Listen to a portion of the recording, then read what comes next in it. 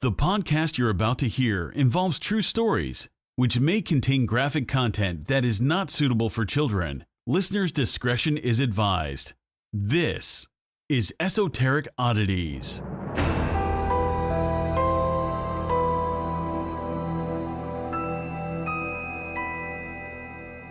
Oh my god, I have my mic is resting on my knee and I can hear my creaking knee through it. It's bad. Creak, creak. I need WD-40. I need WD get a life. Oh, hey guys. Hi guys. I'm leaving that in, Sarah, by the way. Listen, guys, I don't know if y'all are sick of quarantine, but I sure am. I want my old life back. Yeah, pretty sure we all do. Sarah and I, once again, recording from our own homes. Our bedrooms. So she's in her bedroom, I'm in my bedroom. I'm not wearing pants. Just want to let everybody know. I am. I'm fully clothed. Not wearing pants. Well, that's boring. Boo. Unsubscribe. Just kidding. Don't do that. Please subscribe and leave us a rating and review. That would be fantastic. Thanks to everybody who's done that. What have you been doing to distract your mind from what you will wake up and do every single day for the next however long? Philadelphia just extended it. Yeah, till June 4th. So. But, okay, as frustrated as I am also, aware that other places are just kind of opening up, and I feel like that's a little scary time. Yeah, I agree. So, I'm happy that at least we're being smart, unlike some people. Agreed. But what you up to? So I've been getting a lot of plants. I'm obsessed with plants now. You might call her a plant mom. daddy. A plant mom. I've been doing word searches. Holla, same. Can't get enough. And I've been watching a lot of movies. I love that. Yeah, before we started recording, Sarah was telling me 4 different movies that I have added to my list, except for the one because you told me the ending of that. But honestly, I'll probably watch it anyway. You should. It was called She Hates Me. Very good movie. Highly recommend. Woody Harrelson, Kerry Washington, Q-Tip. That's a good cast. All the greats. I've jumped back. I have taken the time. I've closed my word search book a little bit. And I got wild. I cracked into coloring again. Call me crazy. Call me crazy. But I was on Instagram and I got this. I don't think it was an ad. I think MTV actually posted it. They were like, relax with this new coloring book. And guess what it was, bitch? Don't even bother guessing. I'm going to tell you. Dolly Parton. No, it was a coloring book for The Hills. Oh, stop it. Did you get it? Okay. And for those of you who, I feel like I've already said it, but I rewatched The Hills with my roomies. And now we're still watching Siesta Key. We have 1 episode left until we're all caught up. But that's besides the point. I reposted the picture of Spencer Pratt. Him and me, we already have history. He, what did I post that he DM'd me? I don't remember. What did I post? Oh fuck, what was it? I feel like he always reposts things with crystals, so it must have been something to do with that. No, I don't remember what it was Heidi's song. Oh yeah. This was a little before quarantine. I posted body language and he DM'd me with emojis, and I said, honestly, y'all got snubbed at the Grammys, and he said facts. Okay. And then I left him on Reddit, and I felt like that was a power move, but then I posted him again, and he's honestly interactive. I'm not gonna lie. Weird, and then kind of. He do you follow him? No. He fucking reposted me on his story. Look at him. He said, that Carson kid, go follow him. That could stop. That Hello, was my name's John. Yo, fucking 2012 looking ass. Why can't I get that out of my head? Every time I go to put your Instagram name in, I put that all the time. Stop. I changed I'm dead. I changed it after can never 2013. Get away. Well, you know what it is? It might be we're friends on Spotify. Do you have that? Because I can see what you're listening to when I have my Spotify open on my desktop. I don't know if you listen to it there, but my name might pop up there, so that might be where you were. I think that it's just like, it's so funny to me. You know what show Na and I are obsessed with watching? What? Flea Market Flip. We love it. What the fuck is Flea Market Flip? They take these like really nasty pieces from flea markets and they flip them into like really like moderate and contemporary like pieces of furniture. Ooh, love moderate to severe plaque psoriasis. I cannot deal. I haven't seen that. Do they make good bucks? I bet. Bang bang bucks. They'll make like $200 in profit. It's crazy. That's insane. Yeah. Honestly, all you got to do is like have the passion and like the eye to do it. And I remember, like know how to do it because there's a lot of like craftsmanship involved. Craftsmanship. Listen, I don't know shit about craft. I don't either. I don't know shit about fuck. I love that. I went garbage picking as a child, and I remember I found this bag of figurines that I thought was cool, and I brought it home. Well, there was some good things and bad things about it. The bad thing was that they were completely made out of lead, and I had been playing with them, like straight up lead.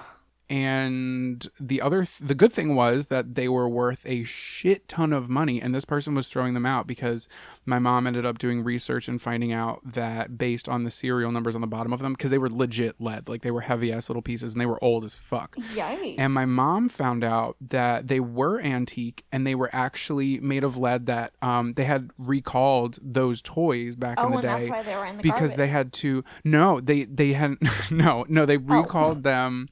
They recalled them back in the day because they wanted to melt down the lead and make bullets for whatever fucking war. Oh shit. And yeah, I guess this person wasn't a proud American because they didn't send them back in and threw them out years later. Out, bitch. Right. It must have been like 2002 or something. And my parents still have them in their basement, but their fucking prices keep going up online. Oh, I love that. Oh my god, don't tell people that. Yeah, I'm gonna hold on to them till I want to sell them. Yeah. So don't even think about coming to my house on 12345 Cornhole Avenue in Philadelphia, Pennsylvania. Area code 19126. Don't even think about finding the key under my mat and letting under yourself in and going to the basement. Don't even think about it because yeah, right. Oh my god, I swear I'm not drunk, but I probably like need to be. That's okay. Oh my god, wait. So I was sitting there downstairs, and this has never happened to me. Well, this has never happened to Buffy, rather, at least when I'm around. She's laying on the recliner. I'm working on the couch. Mm-hmm. And she goes from a dead sleep to like, she jumps up and she like flies through the air. This bitch had a nightmare. While in the air? No, well, she had a nightmare that she jumped away from. I mean, I don't know if what you mean. While in the air.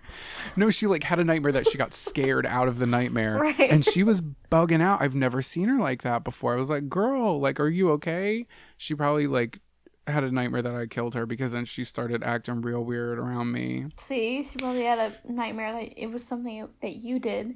Like, and then I started thinking, like, she's smart enough to know that it was just a dream, right? That I didn't like actually do anything. I don't think cats know that. Like, I don't think I can't explain to Charlie that he's not allowed outside when I'm not out there because he needs to be supervised. That's true. They don't really. You can't explain much to cats. You can't explain anything to them. They're just like, yeah, I'm just here. But I do feel like there are cats that are smart. They just like don't understand. Yeah, Why I feel like sometimes I go outside? Why, Mom? I want to go outside right. where the real cats are. Oh my God. Let me tell you what happened to me at work. So here I am minding my business. Let me just preface this really briefly. I don't want to give too many, I don't want to get into too many details, but my work right now, because of COVID and Corona, I have the responsibility of doing COVID a lot of videos. COVID and Corona are the same things. COVID/Corona, Little Miss Correctamundo. Okay? Fuck off. You don't know shit about fuck, okay? I don't know shit about fuck. You're right. So here I am minding my own business, and a video I had done was a very important message from the president of President Obama? No. Oh. The president of the company I work for. Okay. So I had done a video for her, and I had talked to my director about something having to do with the video. So it was a hot topic for the day. Mm-hmm. Was this woman, her video. So I get an email. This is what it says. Hello, the formal addressing thing. And she said, let me know when you're available. There's something I need you to do. I'm stuck in a seminar right now. Kindly drop me your cell phone number so I can contact you.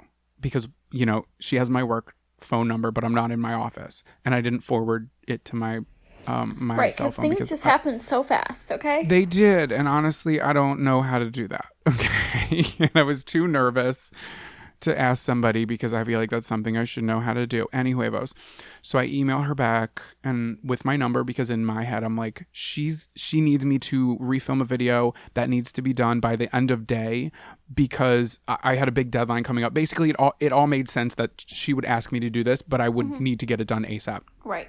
So I give my number. Hang on, let me open my telephono and just read you this text. I'm not ready. I'm not ready either. Listen.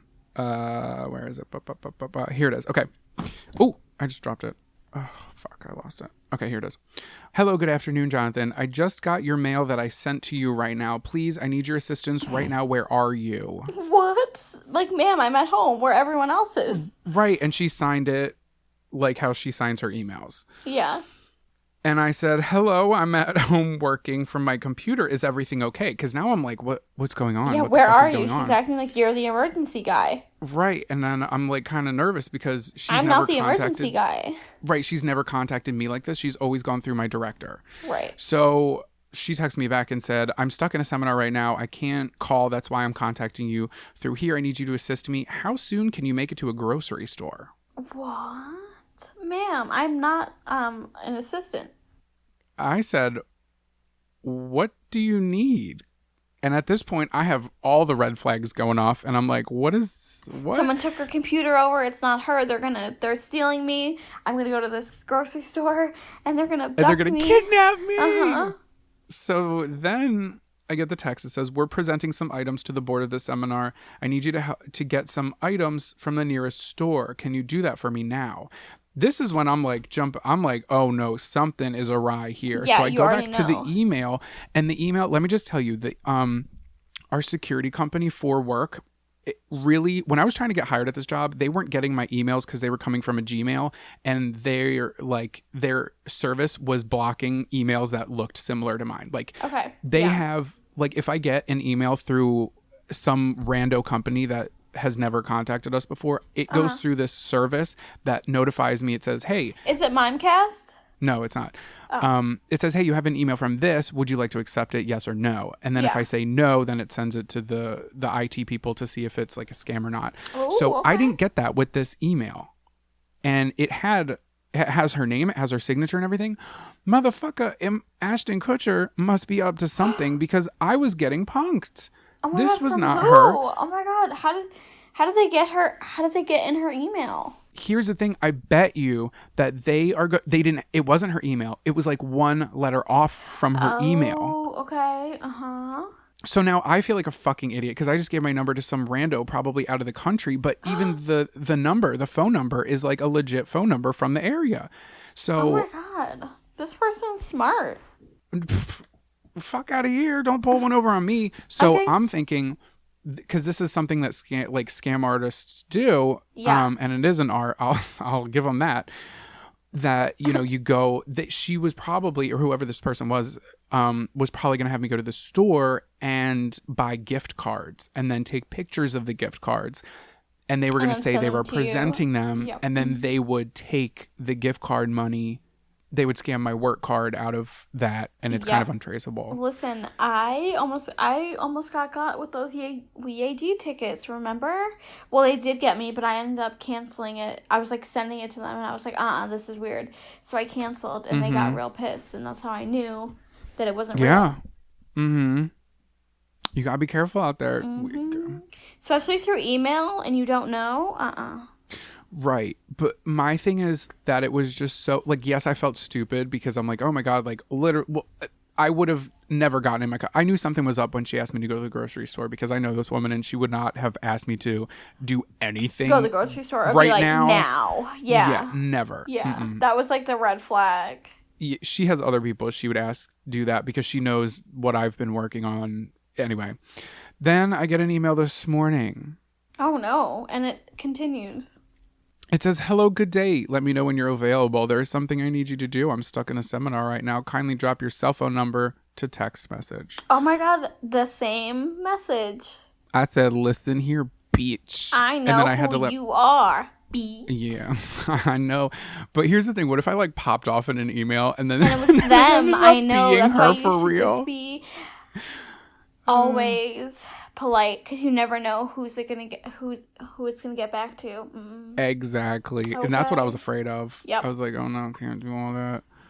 I agree. So that was a fun little ditty that happened to me. But at the same time this morning I got locked out of a couple accounts like from work. Like we had to Really? Yeah, we were supposed to have like a Microsoft Teams meeting and I kept getting kicked out of Teams and I was like, oh my God, they know my social security number. They're going to come kill me because I didn't text them back. Oh my God, no way. Fuck them. I'll kill them all. Please do. Take me with them. And then I got another mysterious package. Oh my God, really? It wasn't me this time. I know.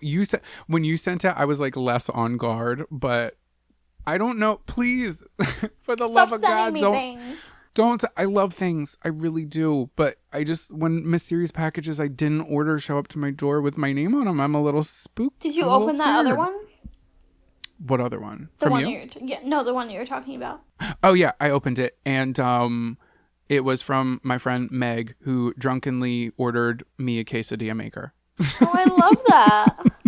And you want to know what else is funny? I drunkenly ordered her customized Chuck E. Cheese t-shirts that have my name on them. Stop it. Not 1, not 2, but 3. No. Listen, I guess I had the quantity open and I started scrolling and I clicked 3. I was very drunk. 3. And now she has 3 Chuck E. Cheese t-shirts that say Jonathan on it. And I have a quesadilla maker. From her. Wait, hold, pause. Do you think I could use the quesadilla maker to make a t-shirt press like they do on the boardwalk? I mean, like, why not? I'm just like thinking of all the things I could make with my quesadilla maker. You could definitely make one thing, quesadillas. I could probably seal an envelope. That'd be fun. Oh, yes. Press it up. You could probably do one of those hair things. Like a crimper. Yes. Oh yeah, I'll put my hair in it and it'll crimp it like quesadilla slices. Quesadilla style. And I'll look like fucking Lizzie McGuire when she went on a date with Ethan Kraft. Oh my God, yes, and she had that babushka on, the bandana.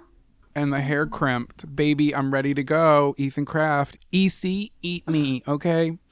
Lizzie McGuire. Oh, I saw people for the first time. Who did you see? I left my house and I actually, let me preface by saying we all stood 6 feet apart, more than 6 feet because we were in a parking lot. People are like, why are you seeing me?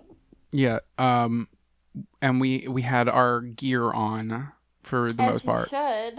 And it was our friend Fallon's birthday, so we just wanted to go hang out in his parking lot and drink beers 6 feet apart, which we did. Well, I love that. Did it feel good? It felt so... I was, like, happy for the rest of the day. I feel that. I was like, wow, I forgot what it was like to see people. And being outside. Because, I mean, besides, like, we've gone on walks and we've seen our neighbors. Like, we have our friends that we knew outside of, like, living here. Right, like, before we moved here that actually live in the area. You know what it's like. You just walk outside and you run into people. Yeah. So I've seen some friends that way, but I haven't, like, actually gone and, like, seen people. Yeah. And it was so weird. I was like, oh my God, am I going to know what to say? Am I going to act weird? But it was... Oh my God, I feel like I don't ever know what to say. I'm like, hi. Hi, how about this COVID? It's wacky, right? Weather? What have you been up to keep you busy? That's like the you've been washing your hands. Yeah, that's like the trademark phrase. And then before you walk away, you always sign off the same way you do in your emails. Stay safe. Yeah, literally. What a time well, to be alive. for real. I feel bad for any child born during this time. Or like children in general who don't understand what's going on. Yep, that too. They're going to have some shit to tell their kids when they're older. But hi, guys, this is Esoteric Hi, guys, Oddities. this is us. We're here. We don't know what we're doing. Oh my god, are you fucking joking? What? Is she singing? She is hammering. What is she hammering, you reckon? The wall. Oh no. Sarah's neighbors have been singing, apparently. Oh my god, they are so loud. This girl, I had the window open and I had to shut it. Do you hear it? Oh, I hear that. Yep. Oh, I hear it loud and clear. Yeah, love that. She's got her fucking marble slab and she's chiseling away at that shit. Quarantine in the city, they said. It'll be fine, they said. Listen, we got noises and it's okay because she, you know how many nights we have screamed karaoke? You're not wrong. If she wakes my cat up, I'm gonna kill her. Love that. Mm-hmm. Oh wow, I really hear that. Yep, because we share a wall. We love that for her.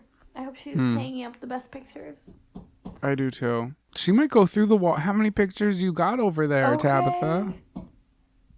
Do you think she stopped? She stopped. Thank God. Okay. Oof.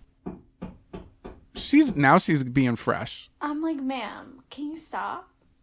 Okay, so Sarah's supposed to go first, but because Bob the Builder's living next door right now, I'm just gonna do my story and then she's gonna do hers because it's completely original and nobody else has ever done anything like that before, and that's how we're gonna do it today. So the sources I used is from cantonrep.com. I mean, as usual, if you guys go to the website, esotericoddities.com, you click the episodes tab and then you find episode 112. You'll find all of our sources, and I'm going to list them in the show notes as well. But I got it from cantonrep.com as well as John Lorden from Lorden Arts. So Marcia Carter moved from Canton, Ohio to Richmond, California in 1979 with her husband. They had 3 children together, Travis, Dante, and Antoine. But by 1983, the couple had divorced. The 3 boys stayed with their mother, and their father moved to nearby East Oakland. At the time, Marcia was really keeping herself busy. Who can relate? She was working full-time as a purchasing agent with a manufacturing company. She was also attending school at UC Berkeley, and she was also a singer in a local rock band. Why not? We love that for her. Again, she's a single mom of 3. She got a lot going on, and she began dating again. And by the time, she's also really young because this is by the time she's 24. She has her 4th son named Andre. It's unclear who Andre's father is. But now she has 4 kids by the time she's 24 and she has all this stuff going on. So almost a year after her 4th son was born, on December 6th, 1983, her 3 oldest sons woke up in the middle of the night. 11-year-old Dante, 9-year-old Travis, and 7-year-old Antoine woke up to find that their mother and their 11-month-year-old half-brother were nowhere to be found. But what they did find was blood on the mattress where their mother should have been sleeping. Oh, no. Horrified, with no idea what to do, the boys ran to their neighbor's house and banged on the door. When the neighbor opened the front door, he saw 3 young boys, frantic, nearly crying. The neighbor walked back to the house with them to find Marcia's bed was soaked in a pool of blood. So, with fear, for some reason, the neighbor had the inkling to look under the bed. And under the bed, he found 11-month-old Andre, Oh my God. who was lying on the floor, still alive and uninjured. What the fuck? So, due to the amount of blood on the bed, the same could not exactly be said for 25-year-old Marcia Carter, who was missing. So the neighbor dialed the police and the investigation began.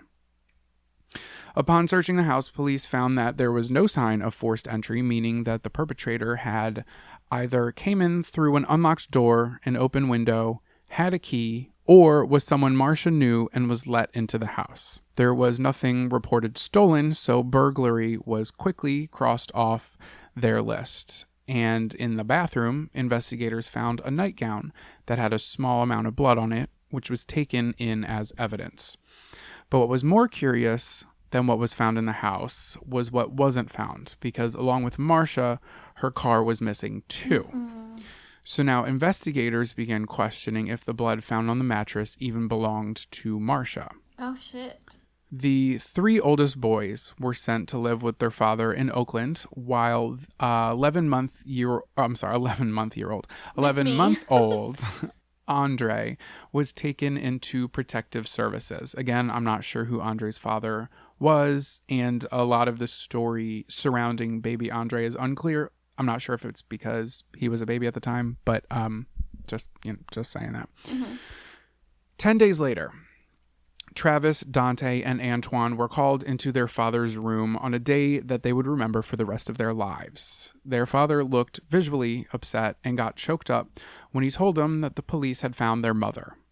Silence settled as Dante asked if she was okay. Their father sobbed uncontrollably as he told them that their mother was dead. Oh, no. Marcia Carter's body was found 75 miles away in West Sacramento. She had been stuffed into the trunk of an abandoned car that was parked in a motel parking lot. Do you know how long it took them to find her? Was it like the same day? 10 days. Okay. She had been stabbed more than 30 times. Oh, no. So investigators question Marcia's closest friends and family, including her 3 children. In one questioning, one of the youngest boys told investigators that their mother had warned them about a man she had been dating. Apparently, Marcia grew to fear him, and she even told the sons to run away if they ever saw the man. His name was Cheryl Smothers. After her divorce, Marcia and Cheryl began what would soon become a tumultuous off-again, on-again relationship. So they interviewed this Cheryl man who said he had been there earlier that day, but he had nothing to do with the murder. So then there's this guy who steps forward. His name is Calvin Featherson, and he spoke to police and had some very interesting things to say. According to Calvin, Marcia's then ex-boyfriend, Cheryl, tried to pay him to kill Marcia. Then Calvin pulled a piece of paper out of his pocket and opened it up. It was a map he claimed Cheryl had given him. On the map was 2 circled locations. One of those locations was the motel parking lot in West Sacramento where Marcia's body was eventually found. So he's telling investigators, hey, I met with this guy. He wanted to pay me to kill his then ex-girlfriend, Marcia. He circled these 2 locations as options for me to, as locations for me to dump the body. And hey, weird thing, one of the options he told me was where you found the body. So you might want to look into that guy. Also, the price that Cheryl was willing to pay for the murder of Marcia was a whopping $500. That's it? Right. So now this brings up a few interesting thoughts in my head. So one being the fact that the news regarding where exactly Marcia's body had been found had been made public. So this Calvin guy could have been just some rando who wanted involvement in the case for some reason and just circled the location and been like, hey, look, I had something to do with it. You want to go check on this? Right. But that's just a thought. And my other thought is that if what Calvin is saying is true, if Cheryl had really offered him money to kill Marcia and he didn't go through with it, then why did Calvin still have the map? Right. That's a little sketchy. Right. Just some thoughts. So, due to the amount of blood found on the mattress in Marcia's bedroom, police presume she was murdered in that bedroom, which was adjacent to her young son's bedroom. It is likely that she was stabbed while she was asleep, since no neighbors heard anything, and considering the fact that the crime was so quiet that when she was murdered, she was just feet away from her children while they slept. How did no one hear her? Not sure. Yeah.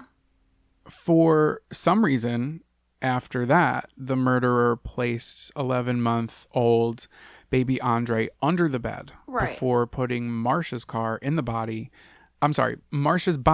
car, put my thing down, flip it and reverse it, and leaving it in a motel parking lot. I'm pretty sure it was her car. Her car was missing, and the car was just left in the parking lot. So the police started looking to Cheryl as their main person of interest, but there was no evidence against him. So they started digging into the history of this man. So just a few years before the murder, in 1977, Cheryl Smothers, who would have been 15 years old a couple years before, he was best known for his care in folding and tossing newspapers. He was the local paper boy. Yeah, and he was tosser. Paper tosser, and he was well known at that. The neighbors liked him. He was a paper boy for the Oakland Tribune, and that year he won the National News Carrier of the Year award. Did you know that was a thing? I didn't know it was a thing, but apparently if you win in the year 1977, which he did, he received a digital watch, a video game, sportswear, and a perpetual trophy to keep for a year, but you got to return it. So just hold on to it. Take as many pictures of it as you can while you have it. But you got to return it. I was a paper boy for a day with my uncle. I'll never do it again. I pulled a wagon through the streets of Manayunk, which for those of you outside of the Philadelphia area is basically not those hills. Basically like our San Francisco with the hills and the tight streets. I said, fuck this. I'm never doing this again. I don't even know how to read. I quit. So I went back to my uncle's house. I had some grilled cheese and watched Rocket Power instead. Oh my god, I loved Rocket Power. Oh my god, so good. That's Reggie. No, was Reggie the girl? Yes, because Regina was her full name. She had a zine. I don't remember any of the characters' names. I remember Squid, right? Sam, I think was his real name. Don't ask me. Tito, I remember Tito. Frosty. That's not right. That doesn't sound right. You made that up. Fuck off. Anyway, back to I was gonna say Reggie had her magazine, so I had a magazine back called in Vox elementary Populi. School. I don't remember what it was called. Oh my god, TBT. Vox Populi, love it. Where am I? Okay, back. Let's come on, Sarah. Let's bring it back. Focus. I'm sorry. Fucking focus here. I cannot ever. You're always going off on a tangent about something random no one cares about. You're so right. That was a note to myself. Anyway, so they look into his past and they're like, hey, there's nothing really significant about his past that would make us think he would do something like that. Then again, murderers just kind of do shit, but he doesn't seem like the type of person who would, potentially create this murder for hire end to Martha's life. But everything and everyone that they spoke to seemed to point in no other direction but Cheryl. And potentially this Calvin guy who had stepped forward. By January 1985, baby Andre just turned 2 years old, and it had been over a year since Marcia's murder, but the case was at a standstill.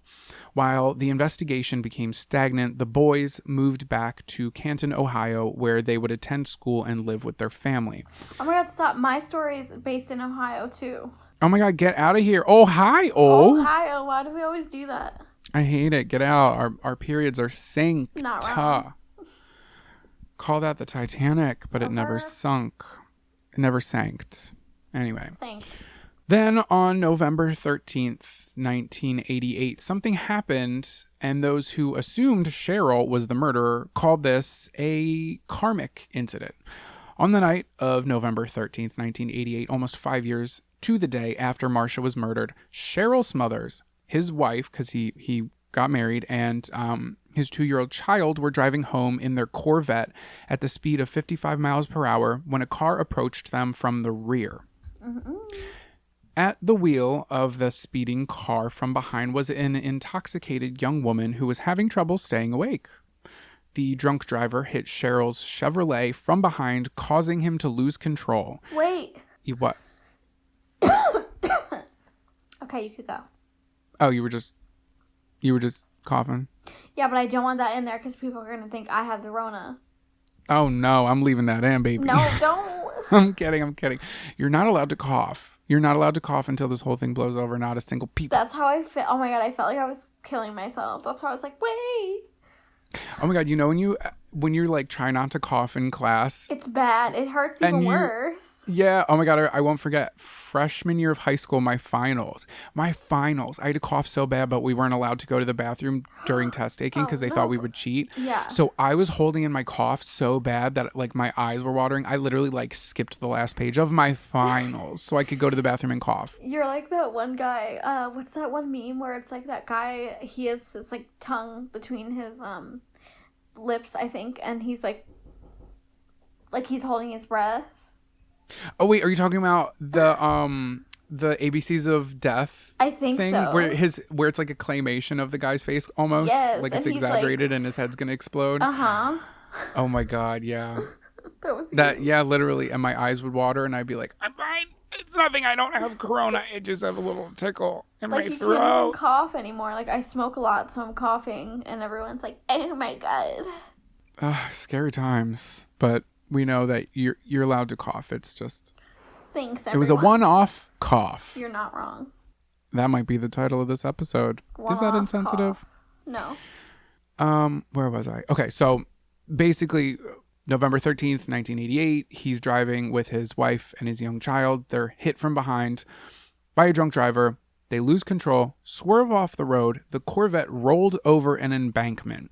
Cheryl, who was wearing his seatbelt at the time of the accident, braced himself during the rollover and never came out of his seat or hit the roof with his head. Instead, the roof collapsed on him. Cheryl's neck and spinal cord were severely damaged, and he was rendered a quadriplegic. Ooh, that's 3. No, it's 4. Oh my God. No, quad. Is it 6? No, it's 4. 8, 4. I said that, and you laughed. Yes, you did. No, I'm just laughing because it's just you said 3 first. Yeah, I don't know what the fuck. How about you quadrupled my money? You got it. I'll Venmo you right now. That's the first thing that came to my mind, that you could quadruple. I love how you said it like fucking Beetlejuice. You said quad. Like it would just magically happen. I was like really trying to find it, Except when I was learning like really good math, my teacher always had coffee breath, so I never wanted to pay attention. It's not my fault.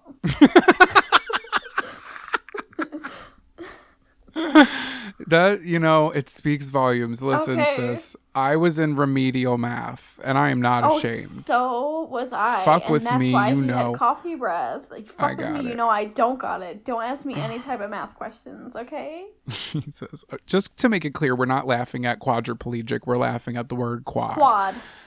So, yeah, we kind of picked a bad time to start laughing. Not wrong. Just going to clarify that. Let me get back to it. So, though he would spend the rest of his life in a wheelchair, his wife and son were unharmed. I feel like that's a lot of the times when it's a drunk driving accident, it's always the other person who gets injured or dies.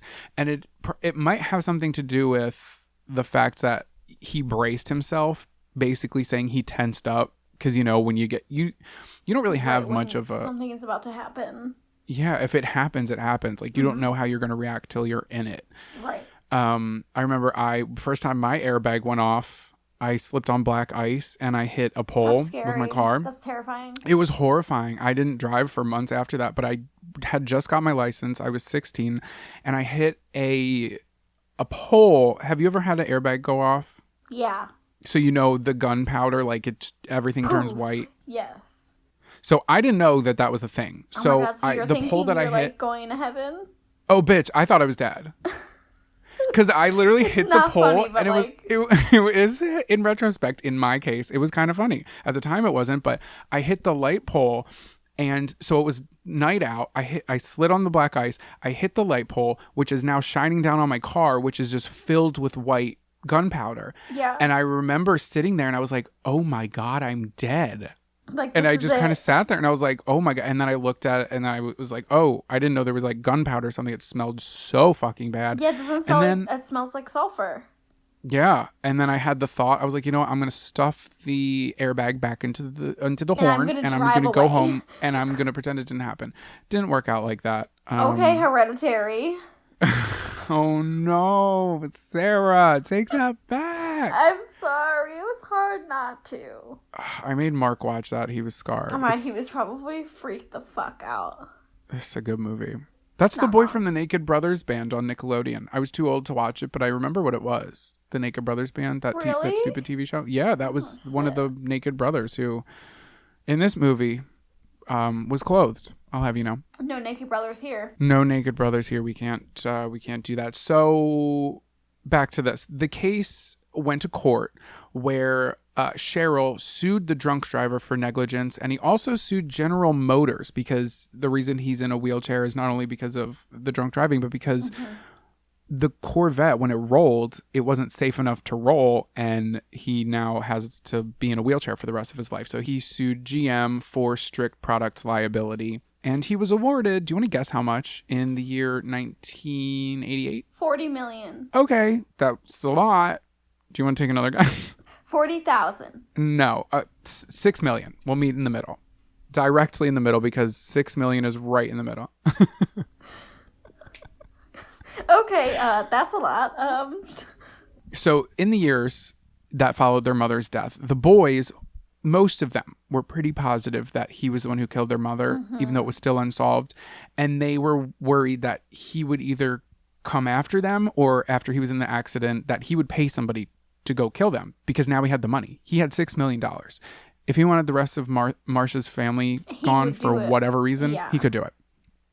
So Travis Carter, who was 9 years old when his mother was killed, later said, quote, Cheryl had money. He's a millionaire. When you have money, you can pay people to do things. Oh, I don't like After seeing all those pictures of my mom, the way she was, all that fear I had when I was 10 years old, all of that came back.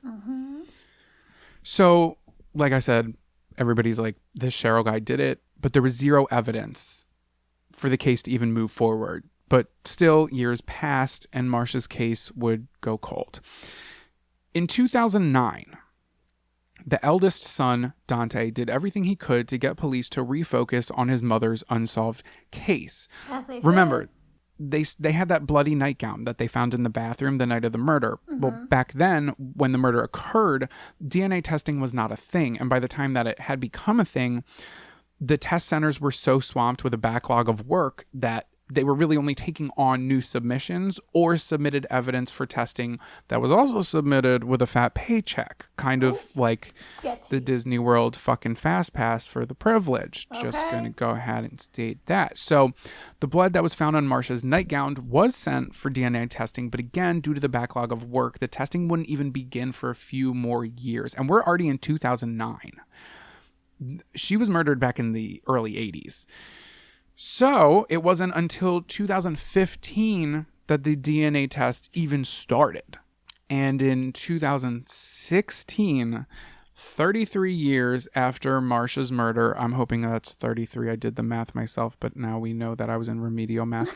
33 years after Marsha's murder, the test results came back and proved the blood found on the nightgown belonged to both Marsha Carter and Cheryl Smothers. This placed him at the scene of the crime the night it happened 33 years ago. So something of note is that DNA was also found under Marsha's fingernails, and that DNA found did not belong to Cheryl. Okay. However, this could have come from anyone. It could have been from holding hands with someone in a weird way. She could have, shook somebody's hand in a weird way. Maybe like scratched somebody accidentally, not in like a malicious way. It could have been anybody throughout her day. Not sure if this holds much weight in the case, but it's worth mentioning, and I'll get to why in a minute. So then in 2018, bitch, the case was finally brought to court. Damn, that took a long time. Right. Cheryl Smothers was now 56 years old, and he was clinging to life. Why did that take them so long? It was a cold case. And I have a side note at the end of this. Good question. Okay. Glad you asked. We'll stick a pin in it because I think that's a very important question, and I have a note about it at the end. Put it in the parking lot. Okay. So he's 56 years old. He's clinging on to life because he had just been diagnosed with stage 4 cancer. Though he maintained his innocence, he failed to show up to court. But the show must go on, and court goes on, and Calvin Featherson testified in court that Cheryl tried to pay him $500 to kill Marcia. Calvin also showed the map. And he's like, hey, here's a map. He showed me this location. Guess what? This is where her body was found. Oh, no. So there's not much about what actually was going on in court. I tried to find the court case. Not actually funny, but funny enough, I found more official court files about Cheryl Smothers' case when he sued General Motors than I did for this case. Yeah. So anyway, the verdict came back 2 days later after his attorney informs him that the jury came to a conclusion after deliberating for less than 2 hours. Oh, wow. Cheryl had a panic attack in his wheelchair, which rolled backwards into his in-ground pool. Oh, shit. And lucky for him, he was able to use his upper body strength to pull himself out of the pool, get to his phone, and call for help. Well, when help came, aka the police, there was a bench warrant out for him, and he was arrested while he was getting into his car with a bag of clothes, attempting to drive off. What does that tell you about what he was about to do? Why did he call the ambulance? Ambulance. He knew that he was on the run. I'm confused. I don't know. I don't know exactly who he called, but they showed up. Yeah. They came said, through. We're here, bitch. We're here to help. Right. So, shockingly, the jury declined to convict Cheryl of an enhancement charge for using a knife to kill Marcia Carter. If they had, it would have added time to his sentence. Again, there's not too much about why they made that decision. Oh my God, somebody just fell upstairs and it scared the shit out of me. Someone fell? Either somebody fell or dropped something really heavy. Okay, everything's okay. The verdict is a possible indication that the jury suspects, as I guess the police did, that Cheryl Smothers had an accomplice. So this is interesting to note. But again, there's not much about the case, so I can't really see. You can't find much about it online. Yeah. So I can't find out why they would assume this and why the police would assume this. But that might also have something to do with the other DNA found under her fingernails. So on September, the suspect, they can't test it, right? Yes. Like you would need that person present in order to be like, yes, this guy was an accomplice to Cheryl because we found this person's DNA under her fingernails. Yes. Basically, yeah. So on September 20th, 2018, Cheryl Smothers was found guilty of first-degree murder of 25-year-old Marcia Carter, and he faces 25 to life imprisonment. Marcia's 4 sons also filed a wrongful death suit against Smothers. It took 35 years, but the cold case was finally solved. But obviously it had a lot of weight on the whole family, who had to go all those years not knowing what actually happened to their mother. One of the sons said that he's a good Christian man now, and he really wants this time for Cheryl to be his time in prison. He hopes that he finds himself. He hopes that he finds God, and that he asks God for forgiveness, because he's basically saying, this is out of my hands, that you need to you need to find healing when you're in prison. Right. And then pretty much the rest of everybody's just like, go fucking rot in jail. Right. The boys would go on to say that their father died of depression due to the death of their beloved mother, Marcia Carter. Aww. Even though they had divorced back in the day, she was still the mother of his children, and he still loved her deeply. The relationship just didn't work out. That breaks my heart. Yeah, I know. A side note before I get back into how this court case ended, John Lorden, again, at Lorden Arts, he shared this article, which I found very telling, and it's titled, quote, "This is rampant throughout law enforcement. Key evidence in Bay Area cold murder cases sat on shelf for years." Ooh. So in this article, they actually mentioned Marcia Carter's case. It was about a different case, but they had mentioned her case to be like, hey, this has happened before. This has happened for years. It's happening a lot. It's happening more than you fucking think. So I'm just going to quote the article really quick verbatim. It says, quote, blood found on the nightgown of a 1983 homicide victim linked in 2016 to Cheryl Smothers, 55, sat in a crime lab for 6 years before it was tested. Mm-hmm. Several retired Contra Costa County, say that 5 times fast. Okay, I cannot. Homicide investigators contacted by this newspaper say the wait is typical in cold case killings, which were explicitly given a lower priority than the most recent homicide investigations. So Paul Holes, I feel like a lot of people listening, do you know who Paul Holes is? No, who's that? He had a lot to do with the Golden State Killer, and he has involvement with My Favorite Murder. Oh, okay. So he said, quote, when I was a lab director, we had direction from above that cold cases were not to be prioritized. Let's put it that way. So they would sit. That led to some delays in catching Huff earlier. He's talking about that case, Right. which could have been done if the technology had been employed earlier. End quote. That's again from Paul Holes. Mark Harrison, who was a retired police detective, he said that it was common for him and other detectives to bring cold case files home and work unpaid overtime hours investigating them rather than asking their higher ups for resources. In some cases, police agencies had to wait for the state or federal cold case grants or ask for money to send evidence to private labs. He said, the backlog at the county crime lab for months, even years on certain cold cases. I'll be quite frank with you, managers don't really care. It's considered cost prohibitive. That's fucked up. We're talking about justice for people and people's lives here. You're saying that it's like, it's too much cost money? Prohibitive. Like, I'm confused. This is rampant throughout law enforcement. There are all these cold cases that are sitting on shelves and have been overlooked. End quote. So I find this disheartening. Let's look at those and let's crack the codes. And you and me? Yeah.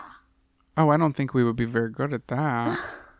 I mean, I'm all here for it, but... I don't think I would be good either. I'd be like, so you did Girl, listen, we were in remedial math. Let's leave that to the experts. You're I not don't think wrong. we could take that on. We'd get lost on our way. That you know me without a GPS. You think I can crack a goddamn code? It's not me. It's not either of us. If you know who it is, call them.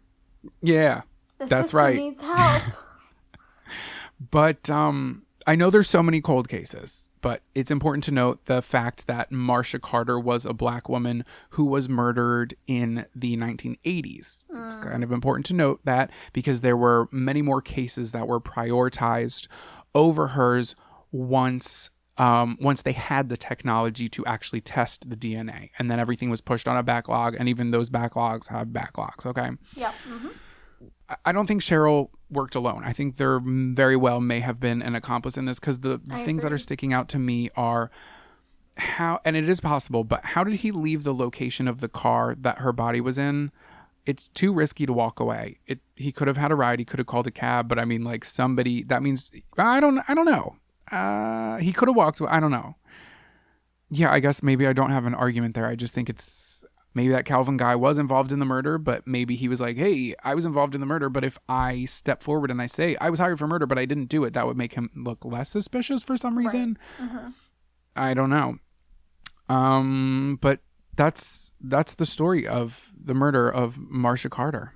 Shit, it took however long, fucking almost 35 years, but at least somebody is in jail for this. That's true. But again, it took till 2018 for this to happen. Yeah, it happened in 1980? In 1983, yeah. Yep, Yeah. not okay.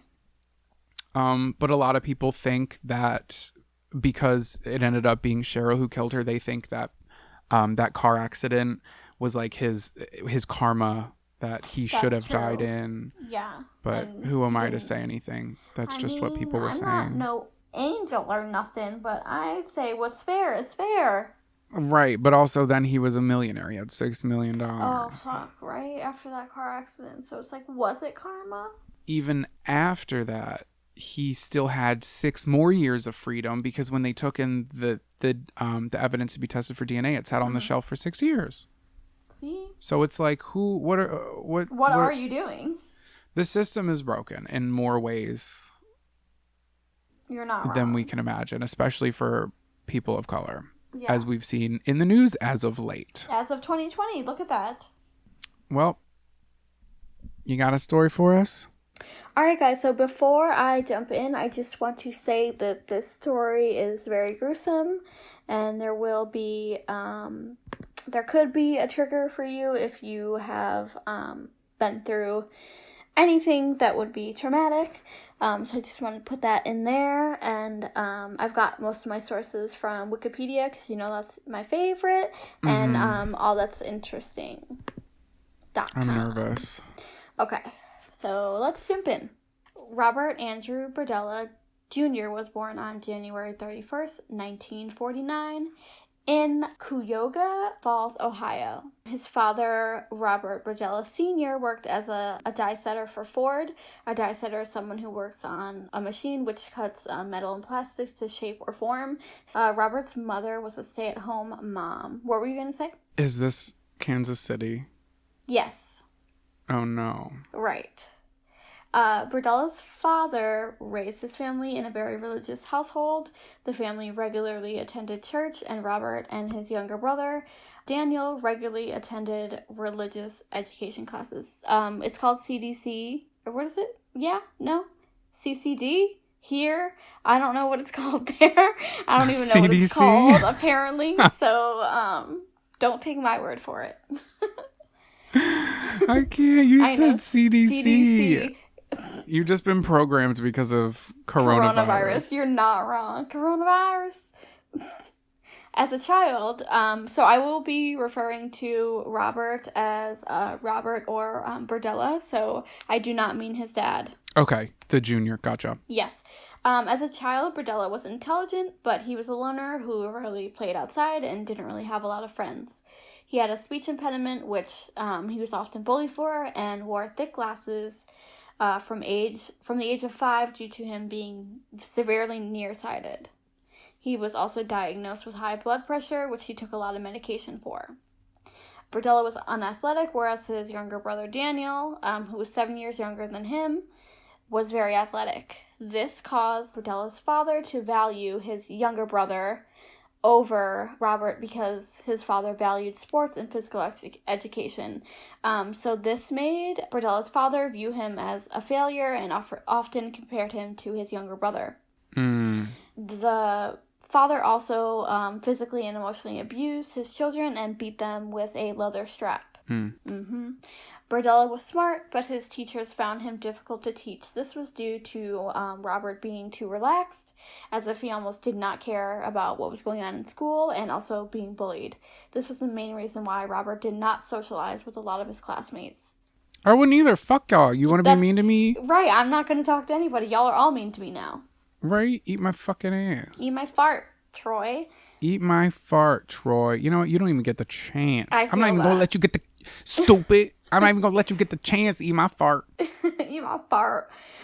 When Berdella reached puberty, he discovered that he was gay. He kept this secret for most of his life. By his mid-teens, Berdella had began to gain some self-confidence, which was often showed with rude and condescending attitude towards mostly women. Listen, knock it off. Okay, don't do it to me. I knew I was gay when I saw Tony the Tiger. I love that for you, actually. That's actually, something masculine about him that I was like, wow, I think I like that. I think I like that buff tiger. That. Yeah. I was in high school. I'm just kidding. No, but I just recently made a Bumble profile, and in that it asked what your childhood crush was, and truthfully, it is Tony the Tiger. Wait, you made a Bumble? I did the other day. I honestly downloaded it, and that's it. It's just been sitting on my phone, taking up space because I've been fucking busy with work. Sorry, I didn't mean to make this about me, but here I go again, talking about my damn self. Berdella learned about cooking and art and developed showmanship on Christmas Day in 1965. The Berdella family drove to Canton, Ohio. Isn't that so crazy? Oh my God. I told you. That's crazy. To visit. You said Ohio. I didn't think it was like Canton, Ohio. That's crazy. I wanted it to be a surprise. That's wild. Isn't it? So that evening, Berdella's father had a heart attack at the age of 39. 2 days later, Berdella returned to the Cuyahoga Falls by himself. I say that different every time. You know what? I'm here for it. When he arrived home, his family told him his father had passed away. Berdella turned Wait, to hold on. religion. Wait. What? Hold on. His dad had a heart attack and died at the age of 39 or 49? 39. Isn't that crazy? That's young. Yeah. There was like some counts that he may have like just been an alcoholic. Okay. Yeah. But I don't know how true that is. Mm-hmm. So Berdella turned to religion but felt that he couldn't connect with the higher power.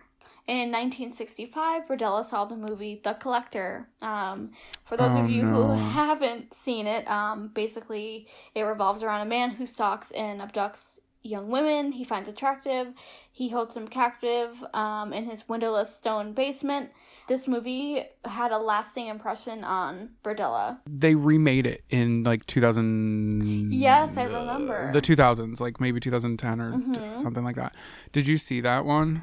Yeah, I think I only saw that one. I didn't see the like older one. Yeah, I didn't see the older one either, but the commercial, is that the one with the dance floor where all the saws come down and kill everybody on the dance floor? Mm-hmm. So shortly after the death of Berdella's father, his mother remarried, as she should. This made Robert resent his mother. He viewed the move as a form of betrayal against his father. This caused Robert to spend more time alone while diving into activities that he participated in since childhood, such as painting, collecting coins, stamps, and writing to foreign pen pals. You know, just the gay shit, except instead of foreign pen pals, it's Grindr messages. Yeah, it's literally like the internet, but this is how they used to do things back then. So Berdella would later claim that his hobby of writing to pen pals in countries such as Vietnam, and the fact that these pen pals would send him stamps for his collection and photographs of mythical and historical icons, ancient cultures, architecture, which would lead to his developing interest in primitive art, photographs, and antiques. Listen, he's not just into collecting people and, you know, the also thought of other doing bad things. He collects stamps. He's a man of depth. He's got personality. He's got glitz. He's got glam. Sorry, I'll stop. It's okay. He's got it all. So anyway, all of this interest would inspire him to open his own business in 1982, but we'll get there later. Oh God, what the fuck is it? Is he selling goddamn stamps? I don't think legally he could do that. No way. So we're gonna hop into the summer of 1967.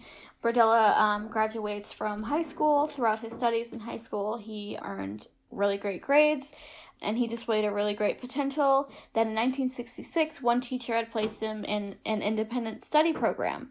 Shortly after graduation, Berdella relocated to Kansas City.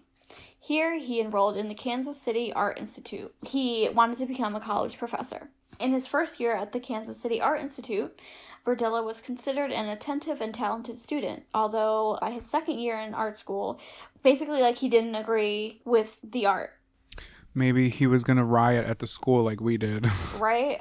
He also... Was it the same institute? No, this is Kansas City. No, I know, but because they had the Art Institute all over the U.S. Oh, it might have been that. I feel like it was that. But I didn't know it This was is around that long. 1967, so maybe not. That's wild. For those of you who don't know, Sarah and I met at the Art Institute of Philadelphia. He says, fuck art, fuck everything. I don't want to be this good person anymore. So he becomes acquainted with a clique of students who supplied him with drugs, which he then sold to other students to make money. Oh, wow. That's fucking ballsy on so many levels. He required help.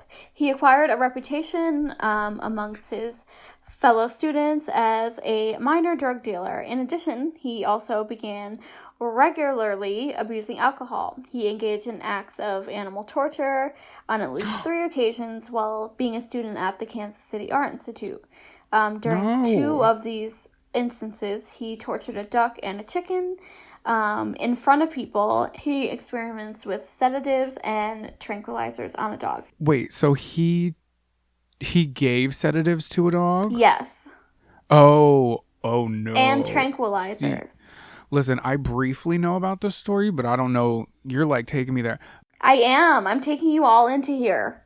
I don't want to go. Take me back. Well, so he was like this was like the first steps to him, taking somebody able-bodied, altering their state of consciousness, and then doing whatever he wanted with them. You already know. It's not looking good, y'all. You know what this podcast is about.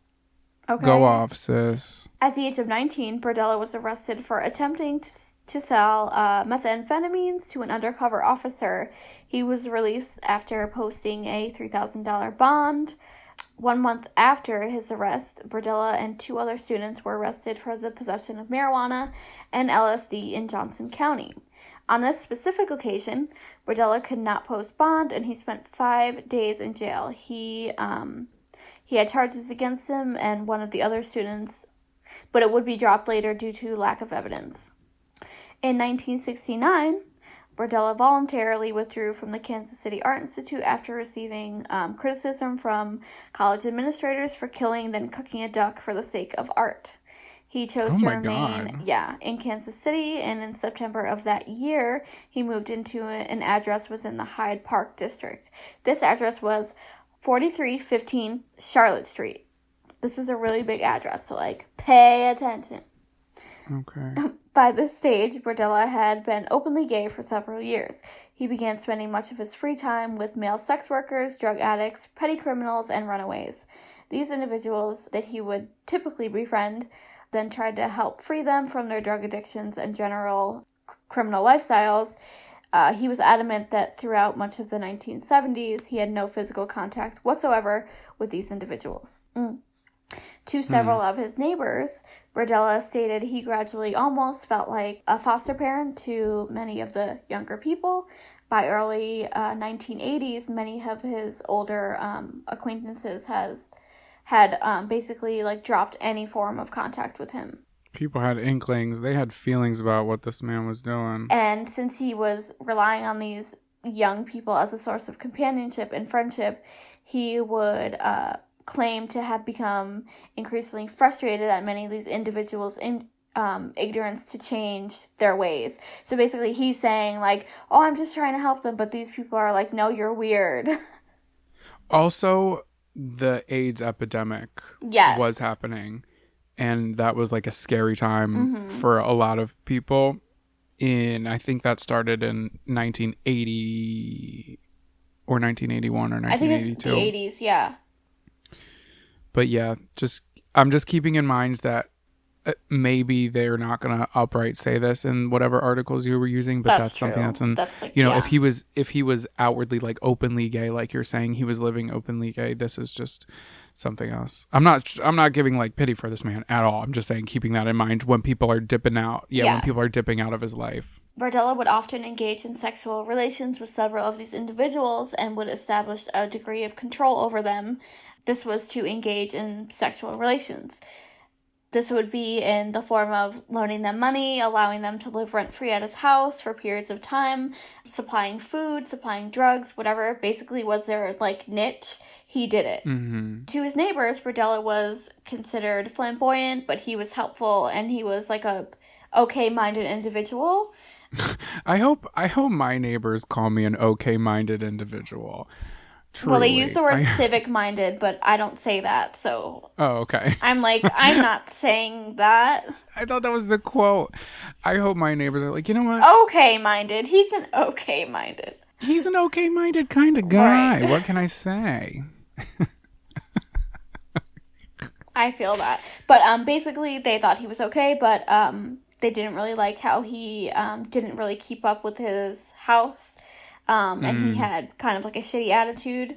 But in the beginning of the late 1970s, Berdella assisted with an organization in South Hyde Park, crime prevention. Wait, 1970s or 1980s? 1970s. This, like, it jumps around a lot. Oh, okay, I'm here. But it's going to connect to the 80s just in a second. He assisted in this organization called the South Hyde Park Crime Prevention and Neighborhood Association, and he became their chairman in the early 1980s.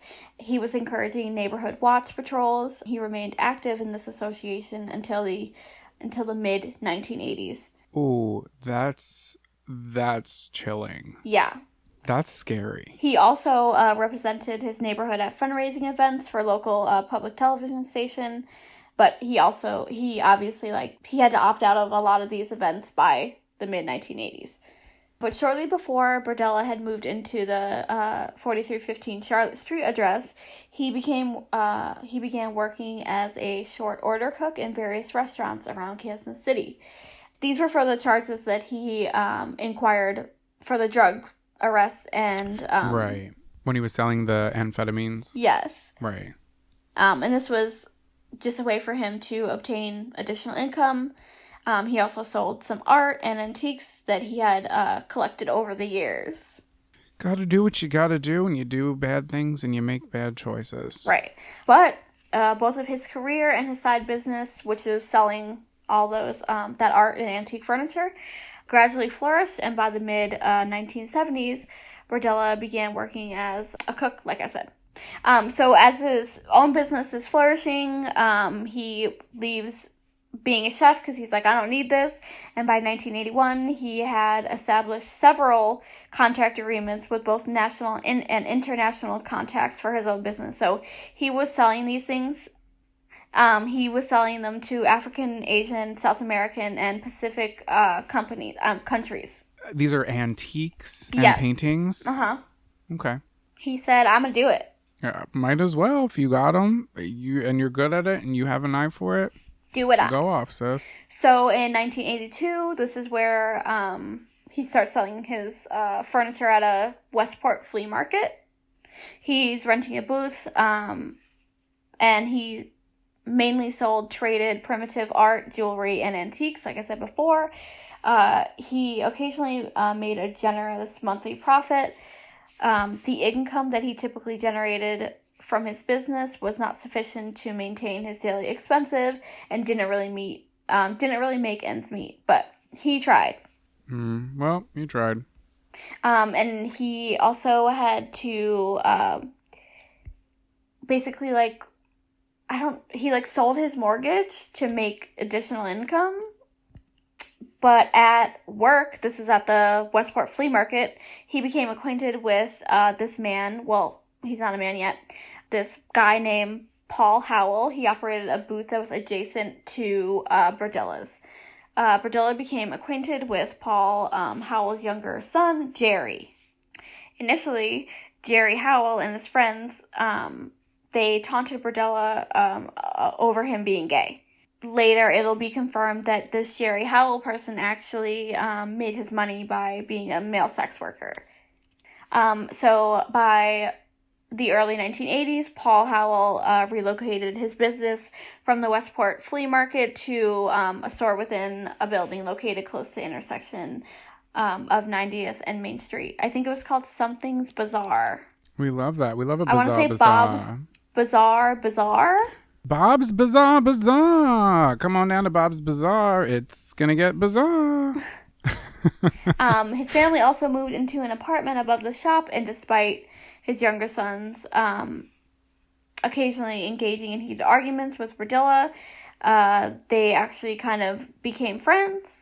Hey, you know what? You got tumultuous friendships too. Well, it's only because Berdella did his shit where he was like, I'll give you money. I know that you're I know that you don't have a lot of money.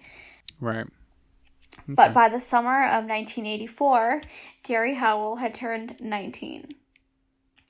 And on July 5th of that year, Berdella offered to drive Howell to a dance competition at a neighboring town.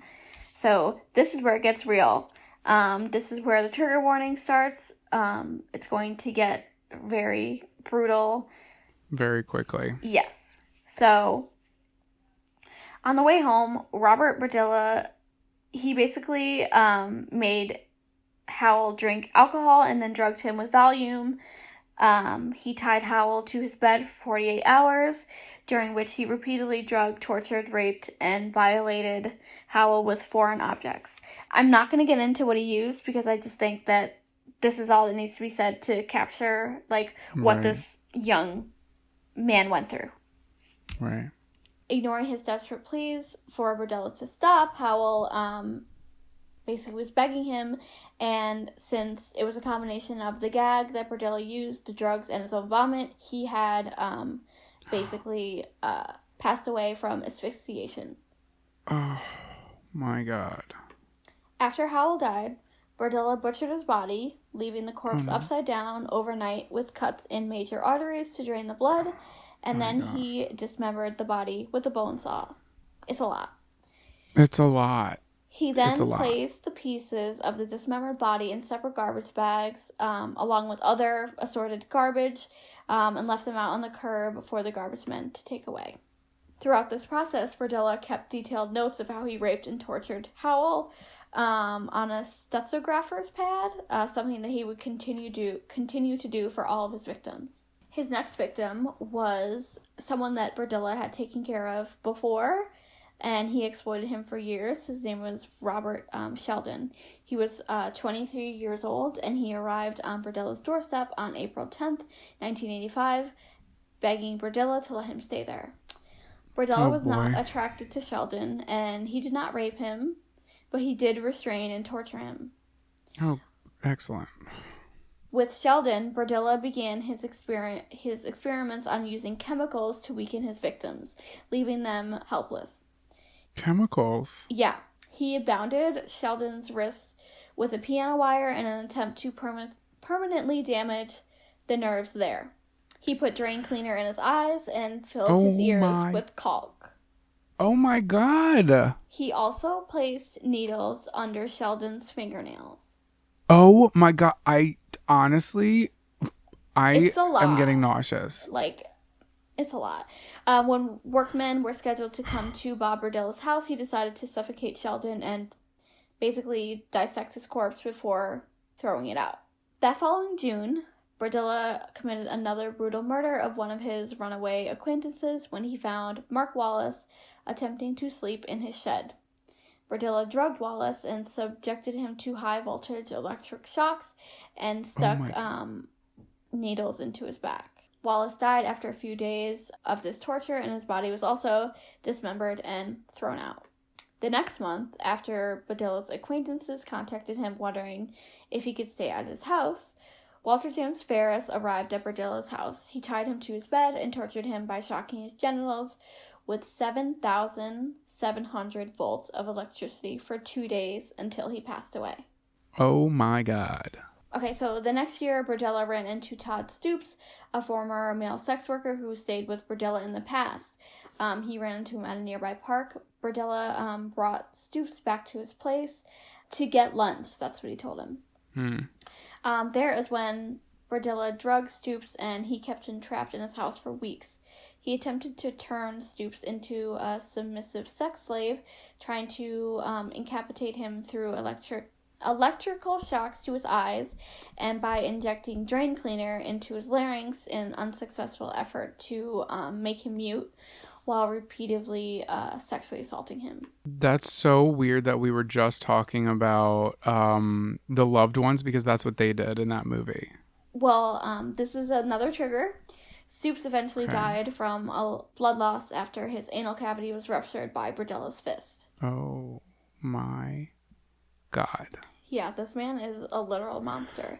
In 1987, Berdilla continued this attempt with 20-year-old Larry Wayne Pearson, an acquaintance he made while working at his shop. Berdilla decided to kill him after Pearson jokingly referred to his practice of robbing gay men in Wichita. He drugged Pearson and continued his torture practices, trying to incapacitate his victims, electric shocks, injecting drain cleaner into their larynx. He also broke one of Pearson's hands with a metal bar. Oof.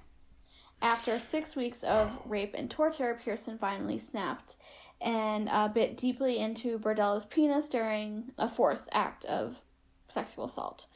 But Berdella beat and strangled Pearson to death. On March 29th, 1988, Berdella abducted his last victim, a 22-year-old male sex worker named Christopher Bryson. Once he arrived to Berdella's house, he knocked Chris unconscious with a metal bar and tied him up. Bryson was subjected to the same torture and abuse methods as Berdella's previous victims. But Bryson knew how to gain Berdella's trust, eventually persuading Berdella to tie his hands in front of him rather than to the bed. Then, when Berdella accidentally left a box of matches in the room, Bryson grabbed them and burned through his ropes, leading to his dramatic escape through the window. Bryson was wearing nothing but a dog collar. He crashed to the ground and ran to a nearby meter maid who called the police. The police secured a search warrant and proceeded to discover a literal list of horrors inside Berdella's house. Yeah, he fucking documented everything. Right. So they opened a second-story closet. They discovered human skulls, a human vertebrae, and even, marked where they had been cut from the bone saw. In the backyard, they discovered another human head buried in the ground, which was partly decomposed. Oh, God. When they ventured into the basement, they found large barrels stained with blood, as well as personal belongings of 2 missing people and a stack of Polaroid photos, which was of naked men being sexually assaulted and tortured. I wouldn't recommend looking at pictures for these. I sent you 2. I sent you his face and his house. I thought that would be, the best to show at this point. Yeah, enough, yeah. It's a lot. Good. Okay, thank you.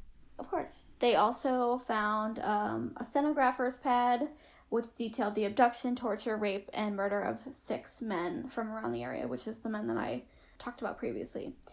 Well, you done did it yourself, my guy. Right. After collecting evidence from the house and questioning the suspected killer, Robert Berdella was quickly arrested and charged with the murders of 6 men. Berdella accepted a deal where he pleaded guilty and revealed everything about the vile murders in exchange for life without parole, avoiding the death penalty. But karma got the best of it when he died of a heart attack while being incarcerated at the Missouri State Penitentiary on October 8th, 1992, at the age of 43. And that is the story of Robert Berdella. Wow. Yeah, a fucking mess. That was a lot. Holy shit. And then media's going to portray, because this is, again, the 80s, it's gay men are to be feared. This was a sick... Oh, yeah, you already know. A gay sick gay man. man's game. Look at these... Whatever they say. Oh, my God. That is a fucking monster. Yeah. That man is a monster. I also don't know why I've been, doing such, morbid stories recently. You have. That's fucking awful. What a fucking monster. Literally. I knew a little bit about the case, but I didn't know all of that. I didn't know he did so many, injected chemicals and all of that shit. Yeah, all of that literally, who thinks of that? Mentally unstable people with a taste for blood. Not a fan. We're going to wrap this up. We've got some technical problems, but we're going to wrap it up. Do you have a fun fact and a tweet of the week? I have a tweet of the week. My tweet of the week is from @OKMai. She says, the ability to read the room is an undervalued skill. Everyone learn. Read the room. Read the fucking room, assholes. So my fun fact is that more people hide their valuables in their sock drawer than anywhere else, according to a British study. Wow, I should just start rating people's sock drawers. Yeah, you should. Oh my God, the things you would find in mine. Lots of socks. Lots of socks. That's definitely it.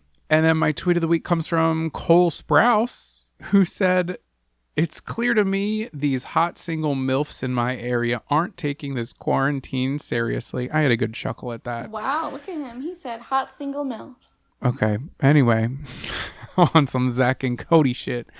Thank you so much for listening. Thank you for your continued support. If you want bonus content, patreon.com/esoteric oddities, or you can go to esotericoddities.com and click bonus content at the top. And until next time, thanks for listening, guys. Stay safe. Bye. And we'll see you later. Bye. Well, I guess we won't see you later. Well, you'll hear our voices later. I'm going to go now. Bye.